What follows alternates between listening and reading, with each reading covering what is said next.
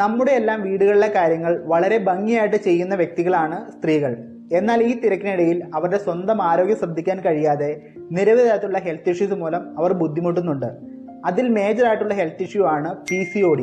നമ്മുടെ ചുറ്റുപാടിലും 70% സ്ത്രീകൾ ഇന്ന് PCOD മൂലം ഒരുപാട് കഷ്ടപ്പെടുന്ന വ്യക്തികളാണ്. അണ്ടാശയത്തിലുണ്ടാവുന്ന ചെറിയ കുമിളകളെയാണ് PCOD എന്ന് പറയുന്നത്. ഗർഭം ധരിക്കേണ്ട പ്രായത്തിൽ 5 മുതൽ 10% വരെ സ്ത്രീകൾ ഇതുമൂലം ബുദ്ധിമുട്ട് അനുഭവിക്കുന്നുണ്ട്.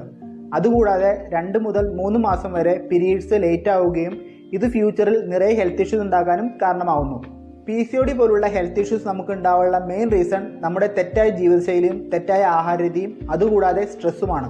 അമിതവണ്ണം, അമിത രോമവളർച്ച, ക്രമം തെറ്റിയുള്ള ആർത്തവം, ഗർഭധാരണത്തിലുള്ള ബുദ്ധിമുട്ട്, മുഖത്ത് നിറയെ കുരുക്കൾ ഉണ്ടാവുക, കഴുത്തിന്റെ പിന്നിലായി കറുത്ത പാടുകൾ ഉണ്ടാവുക, ഇതെല്ലാം PCOD മൂലം സ്ത്രീകൾ അനുഭവിക്കുന്ന ബുദ്ധിമുട്ടുകളാണ്.